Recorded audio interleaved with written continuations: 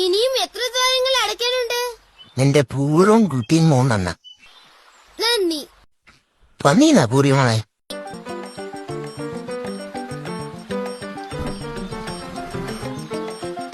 ആത്മരക്ഷയ്ക്കുള്ള വസ്ത്രം.